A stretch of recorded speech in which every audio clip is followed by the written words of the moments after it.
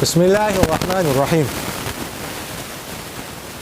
ایک صاحب نے سوال کیا ہے، مفتی صاحب کیا حال؟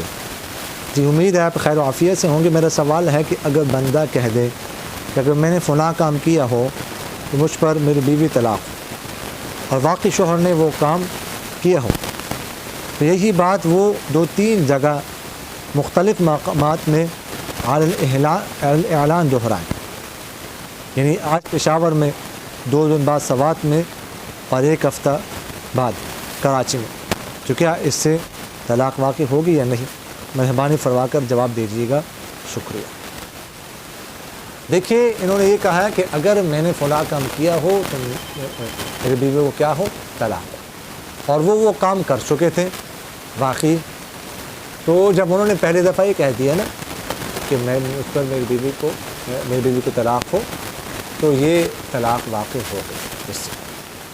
اب اس کے بعد اس نے اس بات کو 2-3 دفعہ دہرایا ہے، تو بظاہر ہی ہے کہ وہ چونکہ جو پہلی طلاق دے چکے تھے اسی کا ہی وہ اظہار کر رہے تھے، کہ وہ جو پہلی طلاق دے چکے تھے نا اس کی وہ حکایت کر رہے تھے کہ وہ طلاق جو ہے جو میں نے دیا وہ 1 طلاق۔ تو بظاہر اس سے یہی بات سمجھ میں آتی ہے کہ طلاق تو واقع ہوگی، ٹھیک ہے جی، لیکن 1 طلاق واقع ہوگی، زیادہ نہیں۔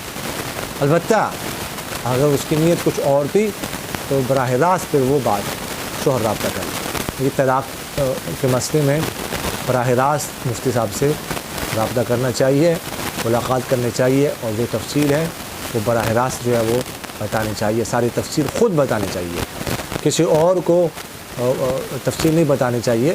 کوئی اور جو اس طرح تفصیل بھی نہیں بتا سکتا، اور اس وقت اس کی کیفیت تھی وہ بیان نہیں کر سکتا، تو اس لیے براہ راست بہتر ہے کسی مفتی صاحب سے وہ خود رابطہ کرے۔ اقول قولی ھذا استغفر اللہ لی ولکم ولسائر المسلمین فاستغفروہ انہ ھو الغفور الرحیم۔